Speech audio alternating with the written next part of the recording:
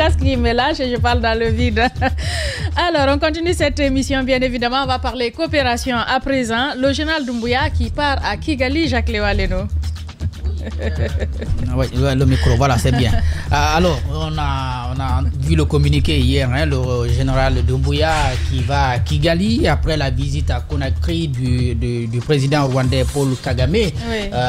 Visite au cours de laquelle on a inauguré le pont de Kagame qui porte désormais son nom. C'est donc un axe de coopération que finalement les deux chefs d'État sont en train de développer. Oui. Et si vous voulez, Doumbouya est en train de concrétiser ce que Alpha Condé avait commencé, parce que pendant les régimes précédents, le Rwanda et la Guinée n'étaient pas, si vous voulez, des pays qui avaient des liens de coopération. D'ailleurs, tous les pays de l'Afrique centrale, à part la RDC pour l'histoire, et puis le Congo-Brazzaville, les autres pays n'ont pas comme ça de relations véritables avec la Guinée. C'est le cas par exemple du Cameroun, on se sentirait très proche, mais jusqu'aujourd'hui, il n'y a pas de représentation diplomatique de la Guinée par exemple de ce côté, ni de la représentation diplomatique du Cameroun par là. Donc en 2016, Paul Kagame vient en Guinée et donc lui et Alpha Condé décident de développer ces liens de coopération autour de plusieurs axes, notamment comment on appelle ça, les technologies, l'environnement, l'agriculture, la sécurité. Et à cette occasion, je crois, il y a un ambassadeur du Rwanda qui va être nommé, et donc à Conakry ici. Ouais. Mais pour la Guinée, on a attendu le coup d'État, donc avec l'avènement du général, pour que finalement on puisse relancer ces liens de coopération. Kagame donc part de la Guinée, et puis de quelques jours après ou quelques mois après, on inaugure l'ambassade de la Guinée à Kigali, avec la nomination d'ambassadeur, la prise de fonctions, et finalement l'axe s'est établi. Aujourd'hui donc, on est en train de voir sur quels axes finalement cette coopération va être bâtie. Est-ce qu'on reste toujours dans le cadre des accords signés en 2016 entre le gouvernement Alpha et le gouvernement Kagame, ou les options ont changé, les stratégies ont changé? On sait par exemple que sur le plan sécuritaire, le Rwanda est en train de se déployer en Afrique comme la France, les États-Unis se déploient en Afrique aujourd'hui. Vous avez le Rwanda qui est présent au Mozambique pour appuyer ce pays sur le plan sécuritaire. Vous l'avez également du côté de la Centrafrique. La Centrafrique, vous savez, après les Français, c'est la Russie qui est venue. C'est à partir de là même on a commencé à parler de la présence de Wagner, qui était considérée comme une milice assez dangereuse. Et maintenant, on a commencé à développer une coopération sud-sud avec donc le voisin du Rwanda. Le Rwanda qui envoie donc ses soldats du côté de la Centrafrique pour apporter, n'est-ce pas, de la sécurité dans ce pays. Mais également au Bénin. Au Bénin, on m'apprend d'ailleurs que là-bas, non seulement ils interviennent sur le plan dans la lutte contre le terrorisme, mais également appuient la garde présidentielle béninoise. Donc vous voyez jusqu'à quel niveau le Rwanda est en train de se déployer. Bon, nous n'avons pas ce type de problème sécuritaire, même si il y a un impératif de sécurité nationale ces derniers temps, mais nous n'avons pas les mêmes problèmes que ces pays que je viens de citer, parce que la Centrafrique, c'est une guerre, et puis le Mozambique a connu aussi des difficultés, puis le Bénin, c'est le terrorisme qui est parti du Nigeria et du Niger voisins, pour parler donc des voisins immédiats. Donc aujourd'hui, on se pose bien des questions si ce pan va être privilégié. Et sur le plan diplomatique, ça on le sait, le Rwanda l'avait fait avec beaucoup de pays. À l'occasion donc de l'arrivée de Kagame en 2016, ça a été aussi matérialisé avec le professeur Alpha Condé. C'était de supprimer les visas entre la Guinée et le Rwanda. Donc si vous devez partir d'ici pour le Rwanda, vous n'avez pas besoin de visa.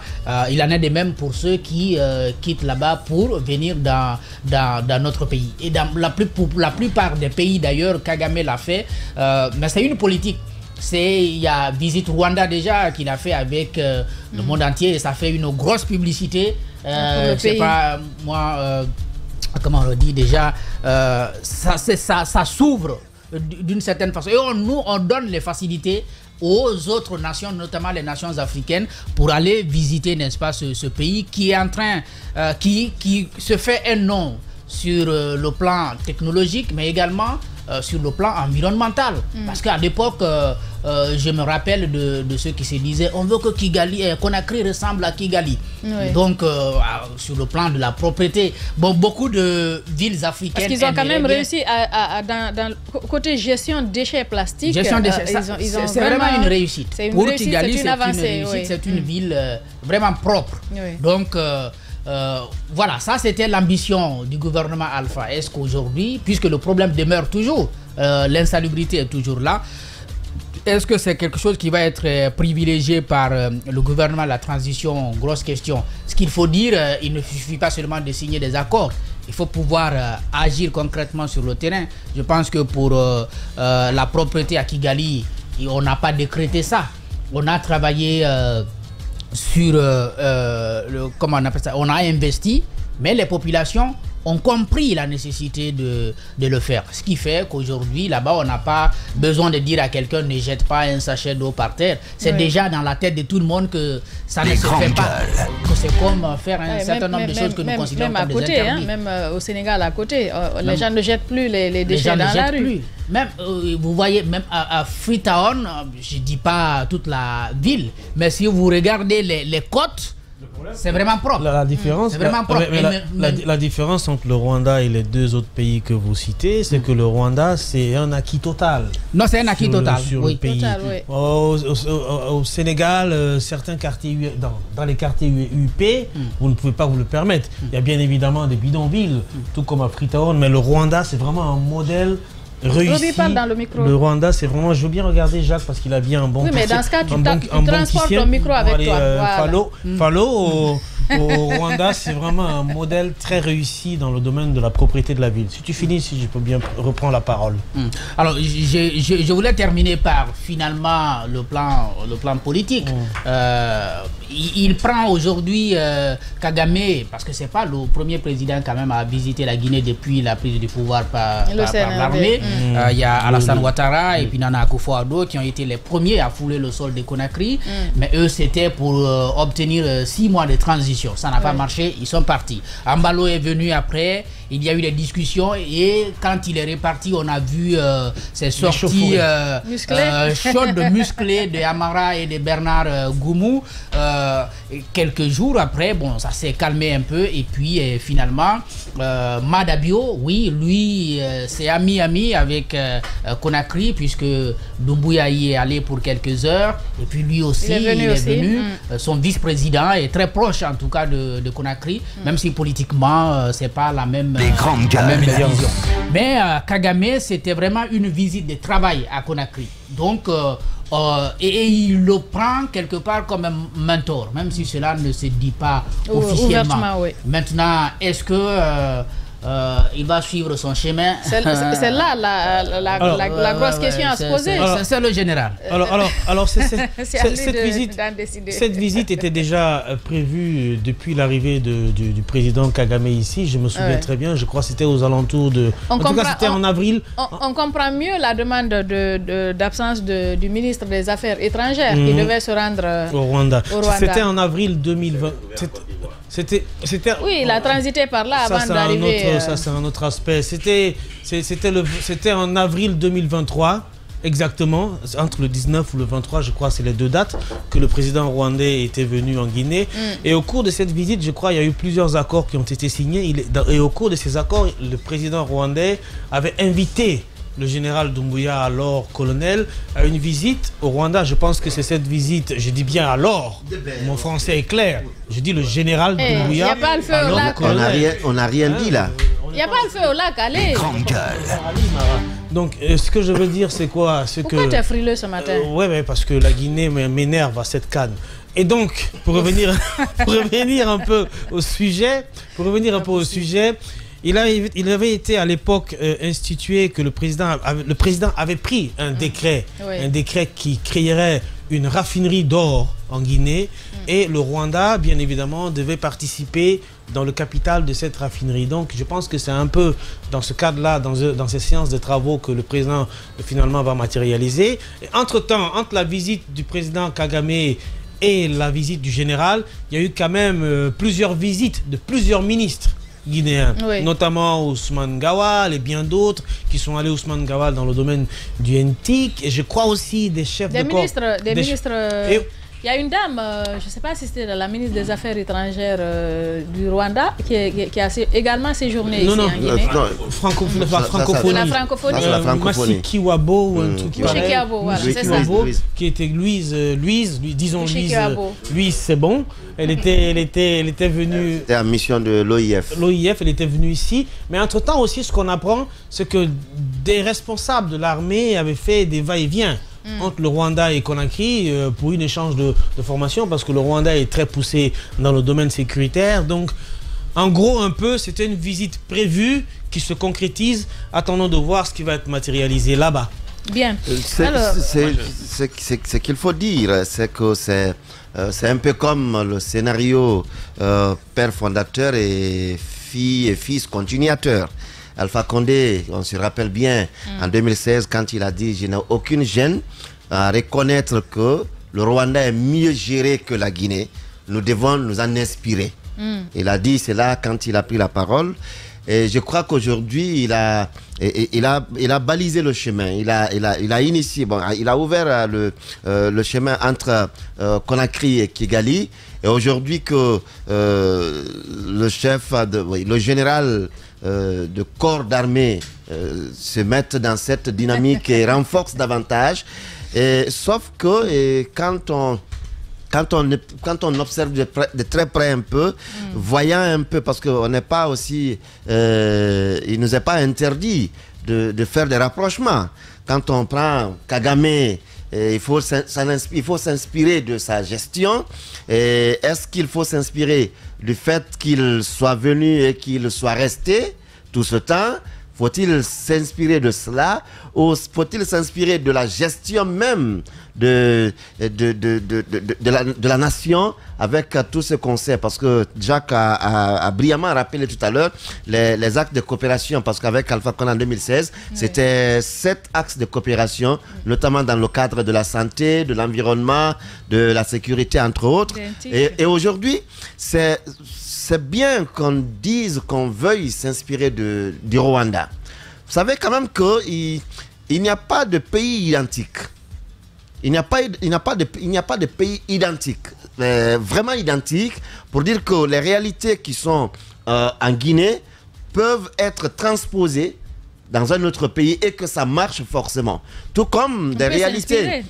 Oui, s'inspirer après, adapter à la réalité. C'est ça que je dis, je suis en train de développer. Oui. On ne peut pas dire qu'on va prendre in extenso les réalités rwandaises et les transposer directement en Guinée et que ça marche forcément. Donc, c'est l'adaptation, comme vous l'avez dit. Ça dépend des moyens qu'on va y mettre. Les moyens qu'on va y mettre, mais on ne fera pas des Guinéens, des Hutus, des Tutsis quand même. L'objectif, c'est pas ça. Ce n'est pas une implantation médicale d'Aouda quand même. Écoute, je ne crois pas que tu... On dit que tu es frileux ce matin. Et le Syrie national va gagner quand même de toute façon. Bon. Alors, je disais que c'est l'adaptation. Et cette adaptation, c'est aussi l'adhésion. Parce que on peut bien vouloir des plus belles choses. L'adhésion à quoi? L'adhésion aux initiatives, aux idées même. L'adhésion du peuple à ces idées. Parce qu'aujourd'hui, on peut tout vouloir. Vous voulez parler du peuple de Guinée? Bien sûr. Ah, ok. Je vais bien parler du peuple de Guinée. C'est l'adhésion du peuple à ce qu'on voudra imposer à la Guinée ou transposer ou proposer à la Guinée. Parce que peut-être que si on quitte l'étape de proposition, on va aller à l'étape d'imposition, mais il faut bien aussi que cela soit en harmonie avec nos réalités. Oui. Et si on le veut bien, c'est bien vrai que le Rwanda aujourd'hui, c'est Kigali, on dit c'est la capitale la plus propre en Afrique. Mais nous avons nos problèmes ici, nos problèmes de mentalité. C'est vrai, sur la question. Oui, mais Madame Hiro, sur la question de la mentalité, je vais juste raconter une anecdote qui est une bonne amie à moi, je ne vais pas dire son nom, qui était allée à Kigali récemment et qui était assise dans un restaurant et qui a ouvert le sucre, les sucres longs là, dans les sachets. Et elle a mis son sucre dans le café, elle a plié, elle pensait que la poubelle était pas loin, elle jette sa tombe. On ne lui dit pas ramasse, et tout d'un coup, il y a une vieille dame qui se lève là-bas à côté, et qui se lève, qui prend, qui met dans la poubelle. Quelle honte, hein? Ouais. Donc, il y a ce problème. Aujourd'hui, ce n'est pas dit que les autorités ne font pas d'efforts, par exemple, dans le cadre de l'insalubrité dans notre pays, à Conakry particulièrement, les efforts sont déployés. Mais c'est que les efforts qui sont déployés, c'est que la dynamique du peuple ne suit pas. On propose des initiatives, notamment d'assainissement, mais la dynamique du peuple ne suit pas. Le peuple se montre indifférent des initiatives qui sont... Il faut l'impliquer. Cette implication... Ça se fait, ça se construit. Il faut aller vers les personnes, il faut leur parler, il faut leur dire que quand vous faites ça, voilà ce que vous encourez. Et vous pensez qu'on ne parle pas au peuple par rapport à ces initiatives? C'est toute une... On ne parle pas. Voilà. Il n'y a pas de campagne de sensibilisation dans ce sens. Non, si les autres pays l'ont réussi, c'est parce que les citoyens ont compris qu'on ne jette pas des ordures dans la rue. Je ne suis pas d'accord qu'on dise qu'il n'y a pas de communication dans ce sens. Vous voyez une belle voiture. Je ne peux pas être d'accord avec cela. Hiro, ce n'est même pas de la sensibilisation, c'est de l'éducation. C'est-à-dire que ça commence tôt et ça dure toute la vie. Je suis d'accord avec vous, nos autorités n'ont pas compris comment intégrer les populations à cet idéal-là. Ça s'est détraqué après la prise de pouvoir par l'armée. Tu en conviendras avec moi que Conakry n'était pas comme ça. Moi, je me souviens que quand j'étais tout jeune, ici à Conakry, on savait tous les jours de passage, notamment des gens de l'environnement. Ça se contrôlait, tu le sais très bien. Dans une concession ou aux alentours d'une concession, on trouvait des détritus. Mais vous vous expliquez, il y avait des amendes. Justement. Mais en dehors de ça, c'est quelque chose qui s'apprend au quotidien. À l'école, où les enfants avec vos enfants même, avec vos enfants dans votre voiture, par exemple, qui finissent de manger un biscuit et qui veulent baisser la vitre. Ça commence là. Si je peux terminer rapidement. Si je peux rapidement terminer, Mohamed Mara, tu vas reprendre la parole. On n'en produit même pas. En fait, tout est question d'abord d'organisation, de vision et d'organisation. Je vais rapidement terminer. Tu vas développer. Je vais rapidement terminer. Il y a aujourd'hui, par exemple, les bacs à ordures qu'on dépose au bord à tous les coins de rue. Les bacs à ordures sont là. Vous avez vu la communication à outrance, par exemple, si je peux me permettre le terme, dans la commune de Ratoma. Quand le maire de la commune de Ratoma, par exemple, a dit qu'il y a désormais des sanctions contre des citoyens qui ne respecteraient pas ou qui ne s'abonneraient pas auprès des PME. Vous avez votre voisin, vous êtes abonné à une PME. Oui. Votre voisin, deuxième, troisième voisin ne s'abonne pas. Profite juste du couloir entre vous pour déverser les ordures, les déchets ménagers à ce niveau. Vous allez dire qu'on n'a pas communiqué à ce niveau. Quand on vous demande de vous abonner auprès des PME, on passe dans les quartiers, on fait des sensibilisations. Les sanctions doivent suivre. Voilà. Les sanctions doivent certes suivre, mais est-ce qu'on doit toujours s'attendre ou on doit toujours exiger des sanctions? Oui. Justement, non, si ça marche ailleurs, c'est parce que on ne doit pas toujours exiger. Elle est là au-dessus de tout le monde. On ne doit pas toujours exiger des sanctions. Si. Regardez aujourd'hui. On ne doit pas toujours exiger des sanctions. Prenez les passerelles qui sont construites. Les passerelles qui sont construites à travers le pays. Je vais terminer s'il vous plaît rapidement. Vous aurez le temps. Même en Europe, écoute-moi, je vais te dire, même en Europe, même les pays les plus censés être civilisés, la sanction pécuniaire, elle est là pour permettre à je n'ai pas dit de facto qu'il ne doit pas y avoir de sanctions. Il faut exiger. Vous avez coupé ma phrase. J'ai dit, on va voir. J'ai bien dit, si vous m'avez suivi, j'ai dit, ça ne doit pas être qu'on exige toujours la sanction. Mais justement, c'est ce qui n'est pas. Non, ça ne doit pas être toujours. Mais si ça persiste. Non, ça ne doit pas être toujours. Si ça persiste. Nous devons aussi intégrer les bons comportements. Nous devons nous-mêmes exiger, intégrer des bons comportements. Si tu permets, un exemple tout banal. En Europe, par exemple, le permis, on peut vous retirer des points. Selon les infractions que vous commettez. Je suis bien d'accord. On retire parce que vous n'avez pas compris. Et là, ça veut dire que la sanction, elle est là. Je n'ai pas dit que la sanction ne doit pas exister. Je n'ai pas dit que la sanction ne doit pas exister. Je ne l'ai pas dit. Mais nous ne devons pas dire qu'il faut forcément des sanctions pour que les comportements changent. Il faut des sanctions. Non, vous ne pouvez pas me dire... Je n'ai pas dit forcément des... Toi, par exemple, tu décides de t'abonner. Comment je vais vous expliquer? Non, c'est que je vous dis, il ne faut pas qu'on dise qu'il faut forcément des sanctions. Il faut forcément des sanctions. Non. Dans un pays, il faut des sanctions. Pour ceux qui ne comprennent pas. Parfois quand même, parfois on n'a pas forcément besoin de sanctions. Parfois on n'a pas forcément besoin Non, attends, je vais terminer parce que tu ne m'écoutes pas. Je dis parfois. Quand je dis parfois, ça ne veut pas dire que c'est le cas général. Ça ne veut pas dire que c'est le cas facto. Je veux bien comprendre ce que tu dis. Je vais terminer rapidement. Mais tu n'arrives plus à terminer. Non, parce que vous ne voulez pas m'écouter. Voilà, je n'ai pas dit de facto. J'ai dit parfois, on ne doit pas forcément attendre que ce soit des sanctions pour nous mettre sur des rails. Regardez les passerelles. On investit beaucoup d'argent pour construire des passerelles, mais après, ceux pour qui ces passerelles sont construites ne l'utilisent pas. Et ce qui se passe, on est obligé de revenir derrière, investir d'autres fonds pour aller mettre des trucs. Je crois que tu prends des mots. Non, vous prenez des mots dans ce que je dis sans suivre mon développement. Suivez mon développement, vous comprendrez. Les passerelles dont tu parles, à Coloma, il y a une petite fille qui s'est fait écraser par un camion parce qu'elle n'a pas voulu emprunter la passerelle. Qu'est-ce qu'il faut pour que les gens montent sur la passerelle? Il faut mettre des gens, il faut arrêter des gens, il faut les sanctionner. Ce que je suis en train de dire là, c'est que je suis en train de dire. Je ne parle pas du rôle.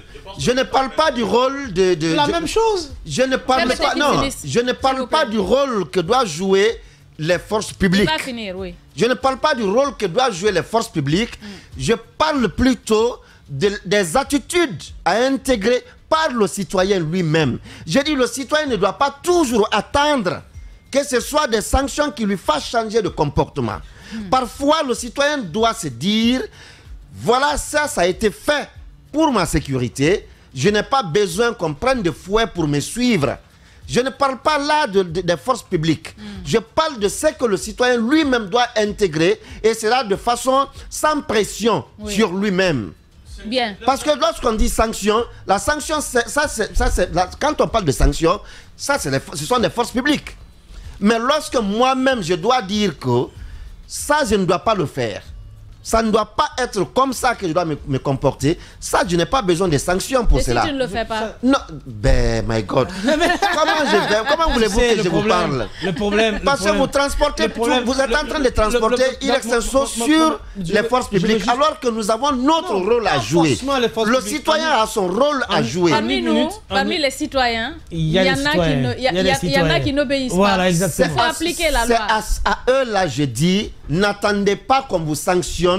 Changer de comportement. Le message est passé. Voilà. Ce que je veux dire en une minute, c'est que Daouda veut faire la différence entre l'ordre naturel des choses et ce que l'État ou la force publique doit pouvoir corriger, parce que tout simplement, il y a la récalcitrance. Oui. Nous sommes du côté de la récalcitrance. L'ordre naturel de la chose vient de l'éducation naturelle. Dans la maison, il y a des enfants qui sont très bien polis, qui n'ont pas besoin d'être fouettés pour aller faire leurs devoirs. Et il y en a d'autres qui refusent de faire le devoir. Il faut qu'ils mettent la pression. Pourtant, tous les enfants vivent dans le même environnement. Ouais. Et donc, je veux dire qu'en catégorisant ainsi... Moi, je pense qu'il faut comprendre le raisonnement de je veux finir. Oui, parce qu'en fait, en réalité... Permets qu'il finisse, s'il te plaît. Allez-y, Roby. Très rapidement. Daouda voulait aborder un champ dans son discours. Les micros s'ouvrent et se ferment par là. Tu n'as pas besoin de... Oui, les autres finissent, après on te donne la parole. Allez-y. Il parlait des passerelles. Il parlait des passerelles et d'autres investissements. Je veux bien comprendre qu'il parle des espèces de guérites qu'on met au bord des passerelles pour ne pas que les gens passent. Ça, c'est une autre forme de sanction. Si vous ne respectez pas la passerelle, on vous met la distance longue pour vous permettre... Il y en a qui sont prêts à parcourir cette distance sans utiliser la passerelle. Alors, à partir de ce moment-là, s'il y a des citoyens comme ça qui existent, bien évidemment, il faut prendre les sanctions contre eux. Évidemment. Voilà. Bien, allez-y, Mohamed Ali. Je comprends Daouda dans sa dimension de la répression ne doit pas être la première mesure envisageable. Ce que j'ai compris dans ce qu'il est en train de dire. Il ne faut pas mettre la sanction devant.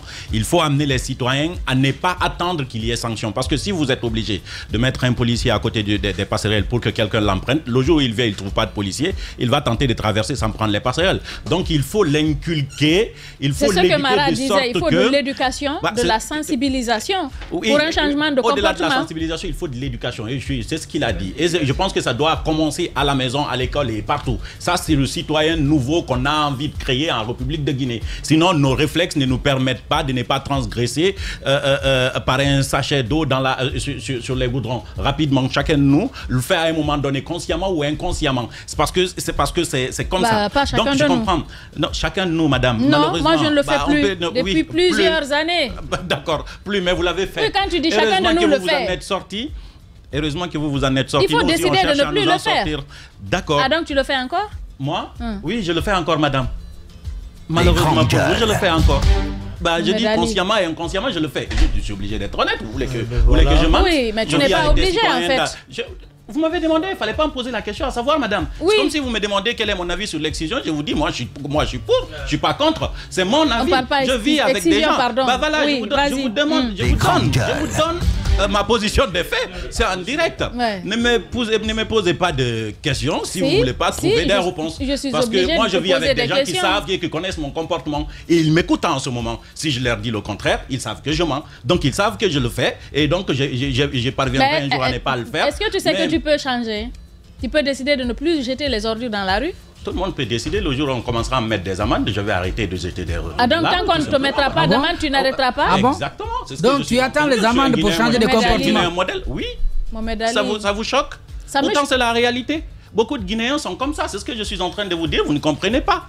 En réalité, quand je parle de Mohamed Ali n'est pas tout seul. Je suis un Guinéen modèle. Et le Guinéen modèle attend toujours qu'il soit... Non. Oui, le Guinéen modèle, maintenant là, attend toujours qu'il soit sanctionné pour prendre certaines initiatives. Pas moi, en tout cas. Hein. C'est ce que je suis en train de dire. Ouais, vous n'êtes pas un Guinéen modèle, peut-être. Donc, je comprends Daouda dans le sens ça. Si vous ne voulez pas être choqué par mes réponses, ne me posez pas des questions. Personne qui est choqué, Mohamed Ali, dans ce studio. Alors, ne soyez pas étonnés. Et on est dans un débat et on a le droit de se poser des questions de gauche à droite. Posez, je suis prêt à répondre. Ben voilà. Roby, allez. On va lui permettre d'aller au bout Donc, de je comprends Daouda dans la mesure où c'est vrai, il ne faut pas mettre la sanction tout de suite. La sanction doit être dissuasive. Il faudrait que le citoyen sache que s'il le fait, eh ben, il pourra s'exposer à des sanctions, mais il ne faut pas le faire peur par la sanction. C'est comme ce qu'on reproche à ceux qui nous ont, dans les temps, appris le Coran. On les reproche souvent de nous dire toujours ce que la colère de Dieu peut s'abattre sur toi. Tu ne peux pas entrer au paradis si tu fais ceci. On n'explique pas forcément ce qui fait qu'aujourd'hui, et certaines reprochent cette méthode d'enseignement. Et je pense que c'est la même chose aussi dans le système éducatif. Pour revenir sur la coopération Guinée-Rwandaise ou Conakry-Kigali. Malheureusement pour moi, depuis une dizaine d'années, je trouve que c'est une coopération des dirigeants. Ce n'est pas une coopération de peuple. En fait, nos dirigeants sont admirateurs du dirigeant de Kigali. de Rwanda, de Paul Kagame. Alpha Condé l'aime bien, il l'inspire. Mamadi Doumbouya qui arrive l'aime bien, il l'inspire également. Sinon, je sais qu'il y a quelques années, je pense vers 2019-2020, je me suis amusé à chercher une opportunité au moment où on parlait effectivement, où Alpha Condé venait de succéder à Kagame à la tête de l'Union africaine. Je cherchais une opportunité, je cherchais à savoir si on voulait aller faire des études à partir de la Guinée au Rwanda, qu'est-ce qu'on avait. Parce qu'on savait que le système éducatif du côté de Rwanda, c'est assez appréciable sur le plan africain. Alors, si un Guinéen veut aller au Rwanda faire des études, qu'est-ce qu'il faut faire? Jusqu'à présent, je trouve que rien n'a changé en fait. C'est toujours les mêmes difficultés. C'est la croix et la bannière en même temps. Donc, du coup, je trouve qu'il y a une collaboration, il y a des rencontres, il y a des voyages des dirigeants, il y a des déclarations publiques de part et d'autre. Mais le seul dirigeant qui sait ce qu'il fait, c'est Paul Kagame. Lui, il a son objectif, il sait ce qu'il est en train de faire, il applique la même politique à tous les dirigeants africains. Mais nous, malheureusement, nous ne savons pas. Nous ne savons pas ce que nous attendons effectivement du Rwanda, parce que de cette coopération, tangiblement, je ne vois pas ce que la Guinée a obtenu jusqu'à présent. Sauf que j'ai peur que le Rwanda ne devienne une base arrière pour nos dirigeants politiques qui bâillonnent le peuple, qui bâillonnent les médias dans leur pays. Et ça, c'est déjà un problème. Parce que c'est pas un modèle. C'est pas un modèle. Non, sur ce plan, non, il y a beaucoup de domaines où Kagame, c'est pas un modèle. Hein. Aujourd'hui, on peut être content quand vous arrivez à Kigali. Modèle économique avancé et tout, mais modèle démocratique... Il y a beaucoup de domaines où Kagame, c'est pas un modèle. Et je ne souhaiterais pas qu'on calque ces modèles-là de Kigali. Et j'ai l'impression que c'est ça. Moi, rien ne me dit aujourd'hui que notre président ne se sent pas fort du soutien de Kigali. Vous avez eu des présidents démocratiquement élus qui, soi-disant, sont des modèles. Vous êtes dans un pays où la paupérisation du peuple s'accroît. Et vous avez des présidents que vous dites qui ne sont pas des modèles, je suis bien d'accord avec eux à cause de leur passé de rébellion, etc. Et peut-être leur longévité au pouvoir, mais qui ont un pays qui prospère. Allez-y faire la comparaison. Tout comme il y a aussi des présidents démocratiquement élus qui sont des modèles à la fois sur le plan démocratique et du développement de leur pays. Merci pour la réponse. Oui. Donc je suis en train de dire qu'il ne faudrait pas que le Rwanda serve de base arrière à nos dictateurs de la Guinée, entre guillemets. Je suis en train de dire que Kagame était en pleine coopération avec Alpha Condé quand celui-ci a décidé de faire un 3e mandat. Kagame n'a pas fait une seule déclaration. Il n'a pas fait un seul voyage, ne serait-ce qu'il n'a pas été aux côtés du peuple de Guinée à une seule minute. Il n'a rien dit jusqu'à ce qu'Alpha Condé ait fini de réussir ce qu'il a réussi. On peut dire que ce ne sont pas ses oignons parce qu'il n'est pas guinéen, il n'est pas obligé. Mais si c'est quand même une coopération pour le peuple, on l'aurait entendu. Mamadi Doumbouya, quand il est venu, aujourd'hui, avant il ne sortait pas. Mais depuis qu'il est allé en Turquie, et ça aussi, on peut confirmer ou pas, par les biais de Kagame, il a beaucoup d'entrées politiques maintenant. Et je pense qu'il est fort de ça. Et pour moi, c'est indéniable que le modèle politique de notre président, c'est Paul Kagame aujourd'hui. C'est pourquoi je ne serais pas étonné si jamais, à ce niveau général, il démissionnait de l'armée et puis il devenait tout simplement un président civil. Il tentait de continuer. Ça ne m'étonnerait pas parce que c'est lui qui est capable de lui mettre une pression de ce genre. Paul Kagame, par exemple, ne le fera tout simplement pas parce que lui-même, il a montré ce modèle-là. On privilégie un axe par rapport à un autre et c'est bien dommage. Donc en gros, cette coopération Kigali-Conakry, pour moi, ce sont les dirigeants qui se rencontrent. C'est entre eux, c'est eux qui coopèrent pour leur bien-être. Les peuples n'en gagnent absolument rien du tout. Alors, même Mohamed Mara, ça ne fonctionne pas. Mohamed Mara, cette inquiétude, on le disait tantôt, inspiration par rapport au fait que Kigali soit la capitale la plus propre, développement économique et tout, mais est-ce que on pourrait craindre, par exemple, que l'actuel général puisse s'inspirer de Kagame en matière de longévité au pouvoir? Craindre, ce stade est dépassé.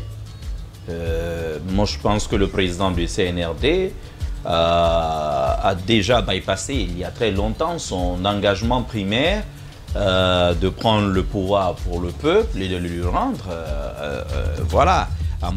après avoir posé rapidement des bases. Il avait promis qu'il le ferait de manière inclusive, que les Guinéens se parleraient, les Guinéens se réconcilieraient, et ainsi de suite. Non, il est très loin de là. Aujourd'hui, il est plutôt dans l'optique d'un exercice de pouvoir pour lui. et pour ceux qui sont avec lui. C'est cela la réalité aujourd'hui. Et il a réussi à museler la classe politique.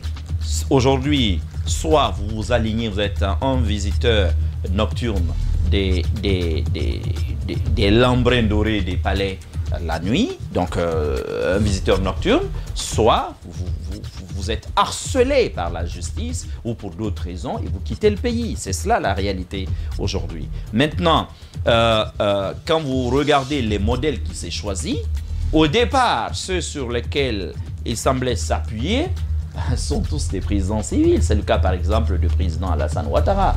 Après sa visite en Guinée, c'est pas là qu'il faut voir. D'abord pourquoi c'est lui qui a été désigné. Ça, on se souvient, mais après, on sait très bien que l'axe Conakry-Abidjan marche du tonnerre, ça pète du feu. C'est un soutien inconditionnel du palais de Conakry aujourd'hui. Et d'ailleurs, si des sanctions de la CEDEAO n'ont pas été prises de manière drastique contre la Guinée, la Côte d'Ivoire était quand même partisane de, comme on appelle ça, de discussion avec Conakry et ainsi de suite. Aujourd'hui, je pense que la première chose qu'avait réussi Doumbouya, et ça c'était la bêtise un peu de la CEDEAO, c'est d'établir un pont avec Bamako de Goïta.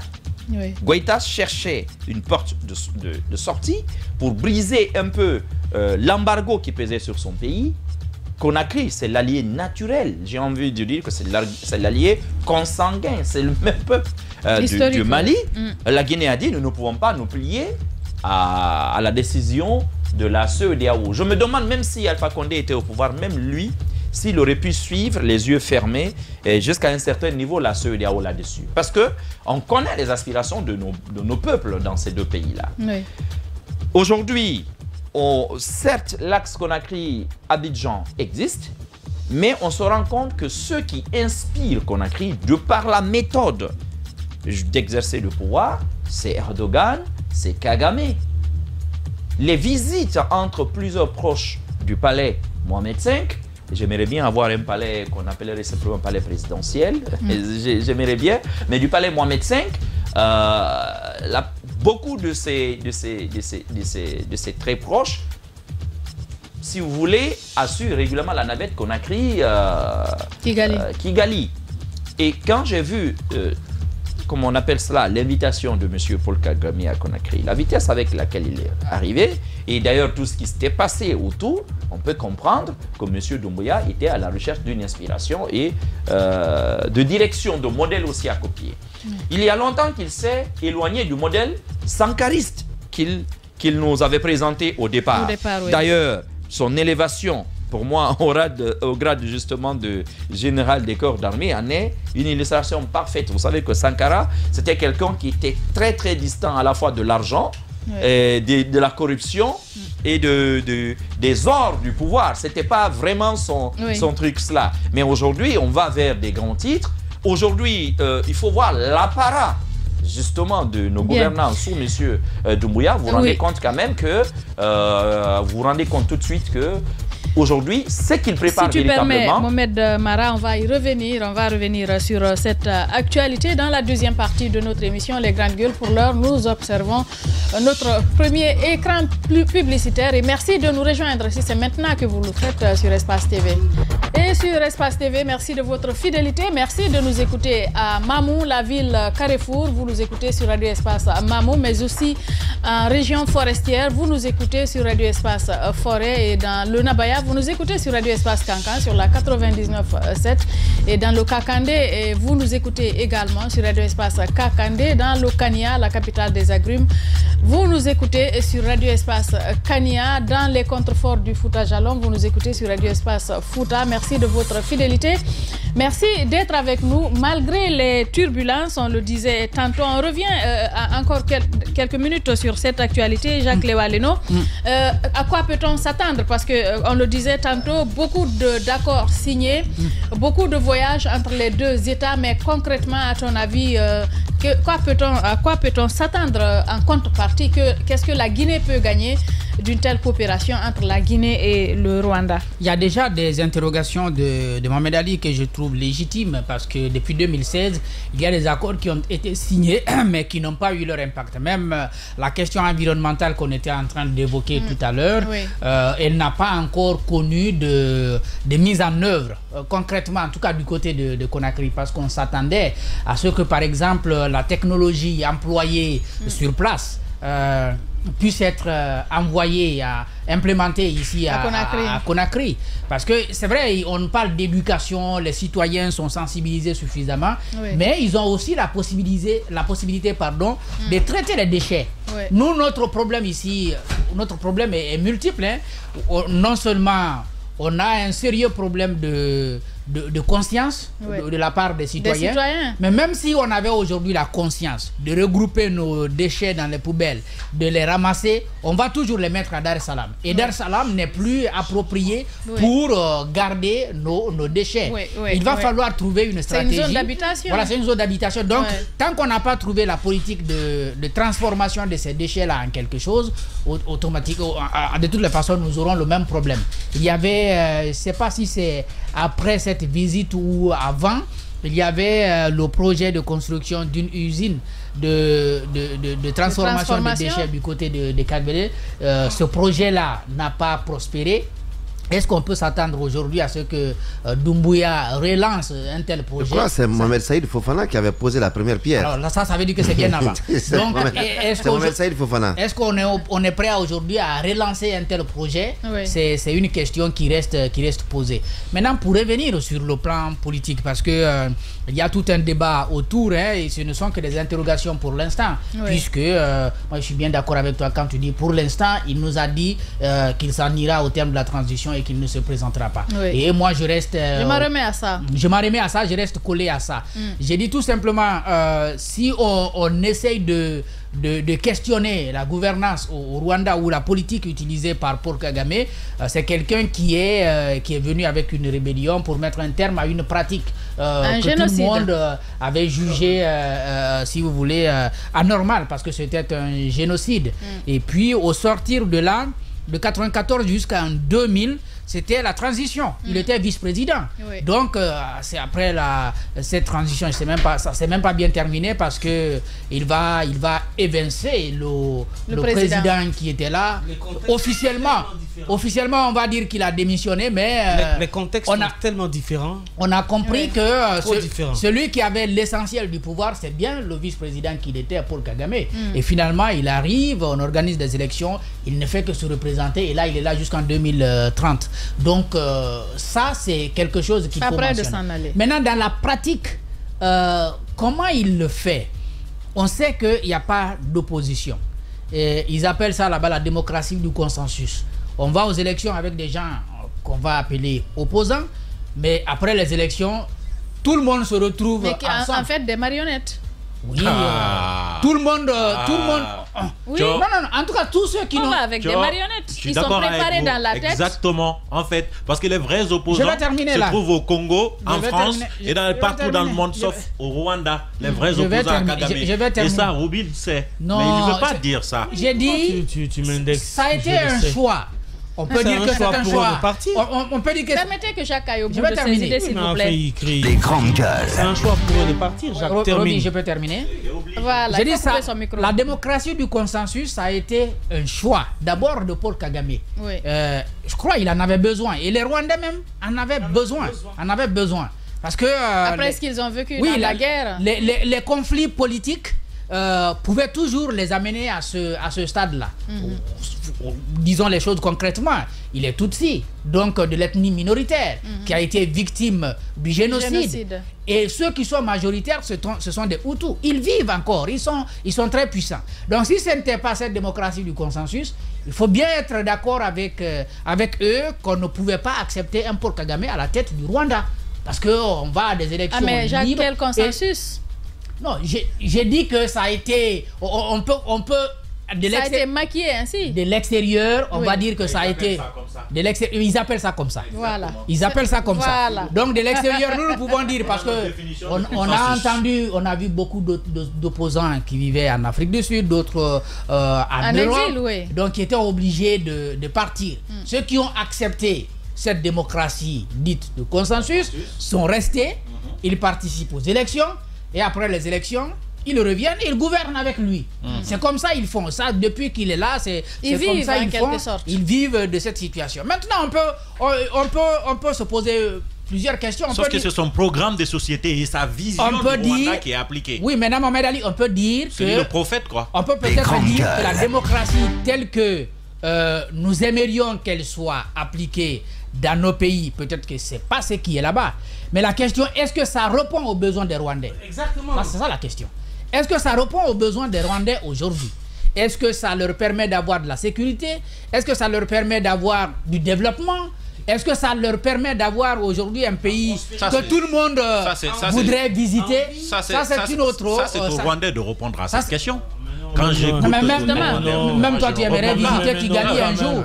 Moi, j'aimerais visiter tous les pays du monde entier. Même le Cambodge, j'aimerais aller visiter. Donc, je ne suis pas partie prenante de ce côté. Ce que je suis en train de dire, c'est que même ça, il n'y a pas... Non, je mets juste une parenthèse pour dire qu'il y a même des Rwandais dans le Rwanda là-bas, mais qui n'osent pas parler, qui ne sont pas d'accord du tout avec cette politique. Oui. Mais je suis d'accord. Exactement. Je suis d'accord. Donc ça, c'est musulman. C'est comme le consensus qu'on a trouvé entre le CNRD et les partis politiques qui sont au dialogue en ce moment. Écoute, Mohamed Ali, c'est ce genre de consensus. Je suis entièrement d'accord avec toi. Je suis d'accord avec toi. Voilà, mais c'est pas seulement le Rwanda qui est dans cette situation.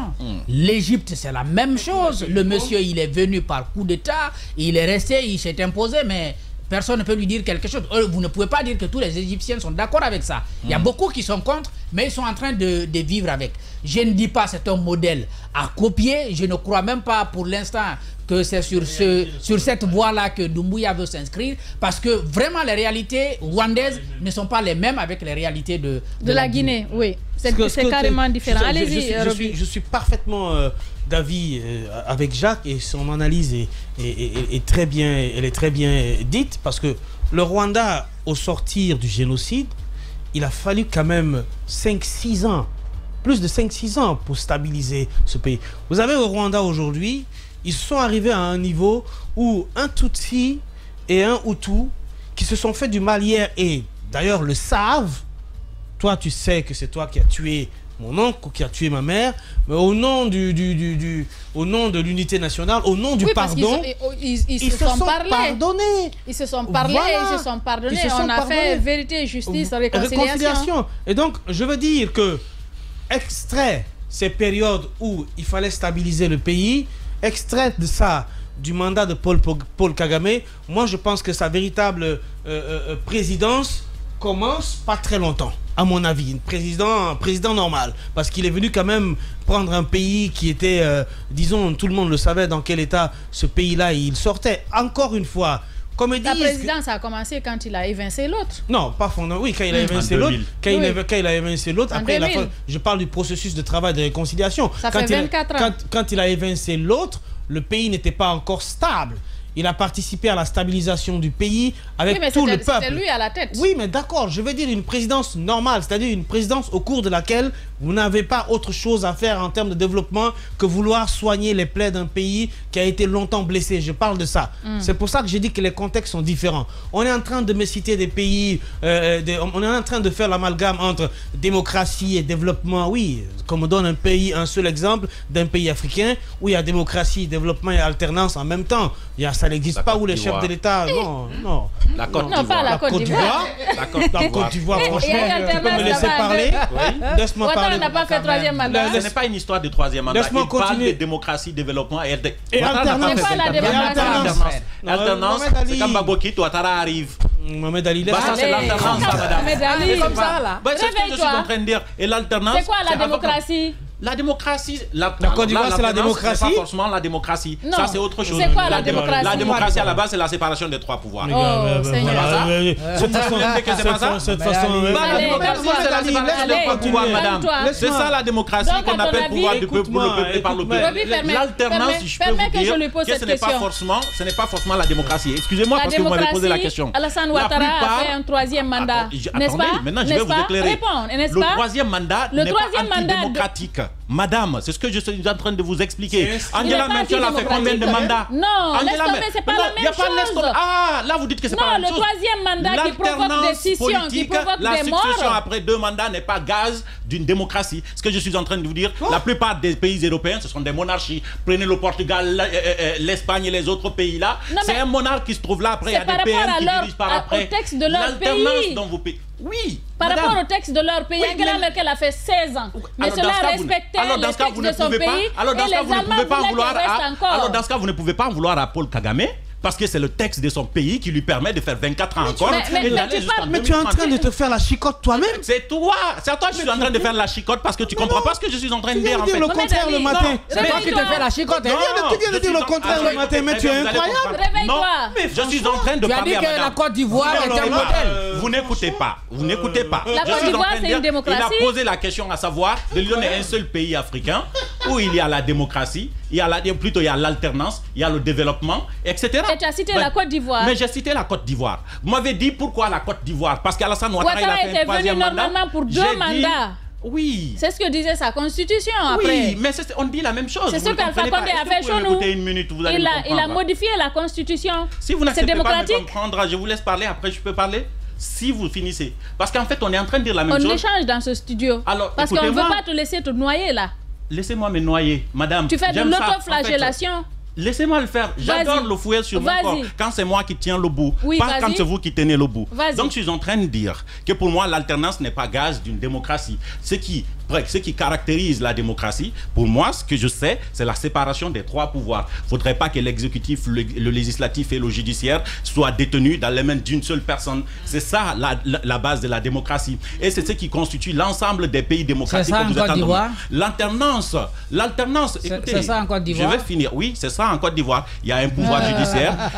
Je ne sais pas si Ouattara, il est en même temps le président de l'Assemblée nationale et le pouvoir et le président du pouvoir judiciaire. Mais Kagame, il a aussi il y a un président de l'Assemblée. Alors vous m'écoutez ou vous voulez perturber? Parce que je suis toujours sur la ramène à la raison. Il n'y a pas de raison parce que je crois ce que je suis en train de dire. Vous ne voulez pas l'accepter, même en Corée du Nord, il y a un président du Parlement. Mais je vous dis que, effectivement, pour moi, l'alternance, la succession des acteurs politiques à la tête, ou plutôt, oui, à la tête du pouvoir exécutif n'est pas gage d'une démocratie. Mais ça respecte les lois de la République, c'est ça la démocratie. Les lois, ce sont le peuple qui décide. Si vous êtes dans cette logique, c'est pourquoi j'ai dit, si vous êtes dans cette logique, vous ne pouvez pas en vouloir à Kagame, parce que ce sont les lois de son pays qui lui permettent de faire toutes ces années qu'il a fait et de rester là jusqu'en 2030. C'est vous qui ne pouvez pas l'en vouloir. Maintenant, moi, je suis en train de dire, c'est que pour moi, l'alternance, encore une fois, n'est pas gage de démocratie. Je dis que les pays européens, la plupart des pays européens ont des monarques après des premiers ministres qui échangent en fonction de la supériorité de leur parti. Des premiers ministres qui viennent par élection. Ils ne sont pas nommés. Mais qui font 2 mandats, qui peuvent faire 3 mandats tant qu'ils sont majoritaires à l'Assemblée nationale, ils continuent à diriger. C'est leur texte qu'il a dit. C'est ce que je suis en train de dire. Maintenant, ce qui se passe au Rwanda, c'est aux Rwandais d'en juger, c'est ce que j'ai dit.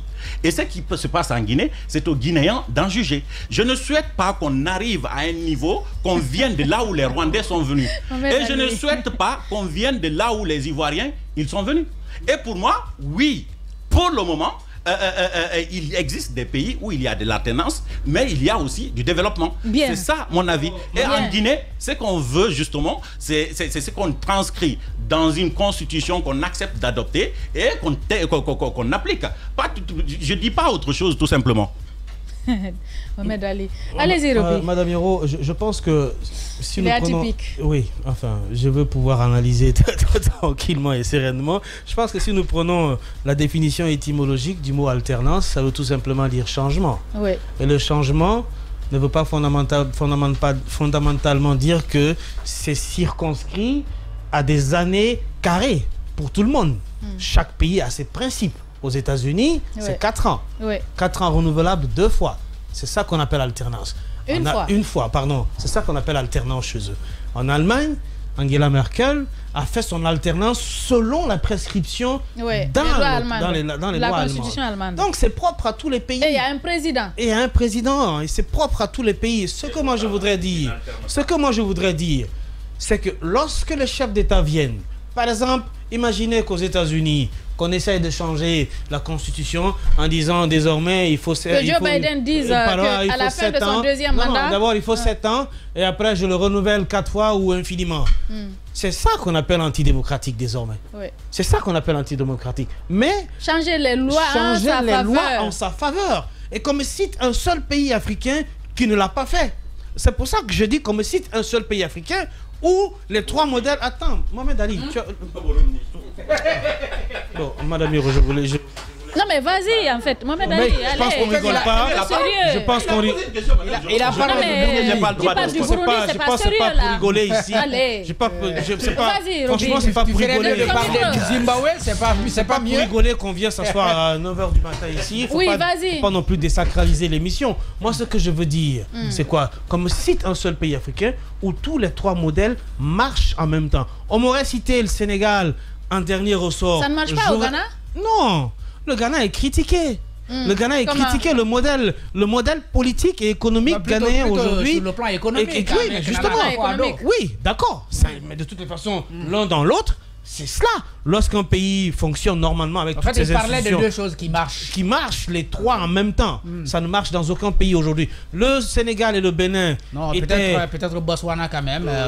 Quel Botswana, et puis le Cap-Vert se débrouille aussi. C'est presque les royautés là-bas. Tu peux pas... L'Afrique du Sud, même si c'est un même parti, mais... Non. Il y a l'alternance.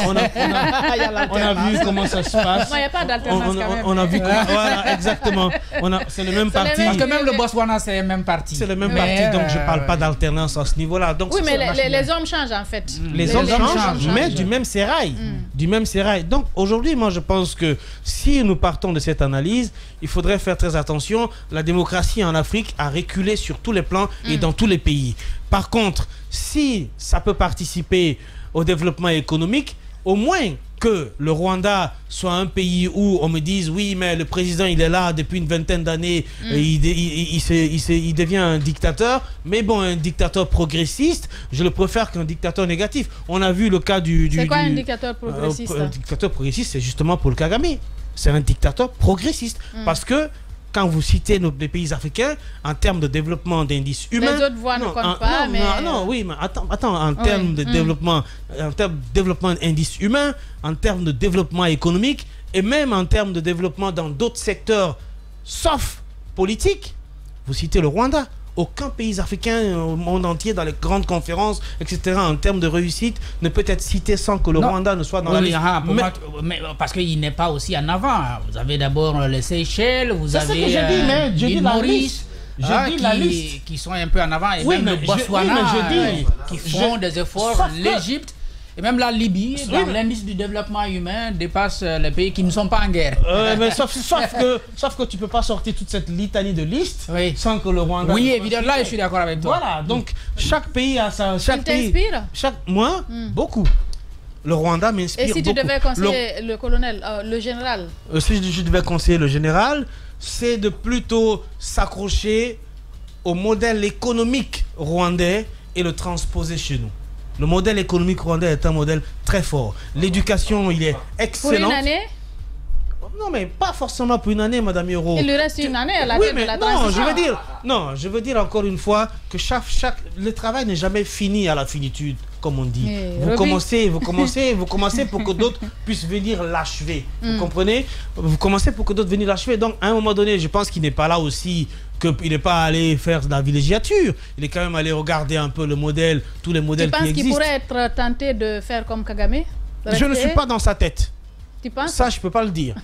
Tu as intérêt. Allez-y, Daouda Mohamed.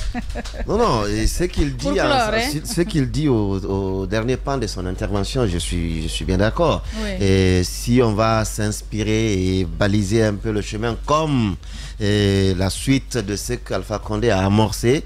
Celui qui viendra après le retour à l'ordre constitutionnel également verra bien dedans qu'est-ce qu'il faut pérenniser. Comme le font les Sénégalais. Voilà, qu'est-ce qu'il faut pérenniser, qu'est-ce qu'il faut abandonner. Wade a achevé les projets. Fondamentalement, Macky Sall a achevé la plupart des projets de Wade. Wade est venu prendre les projets de Diouf, exactement. Moi, fondamentalement, c'est bien mon combat, ou en tout cas mon appel, c'est l'adaptation ou d'ailleurs l'adhésion du peuple aux initiatives. Aujourd'hui, on va aller prendre le modèle rwandais. On va aller prendre le modèle aux Seychelles, on va prendre le modèle au Botswana, entre autres. Mais si ça ne... C'est un peu comme de l'aliment.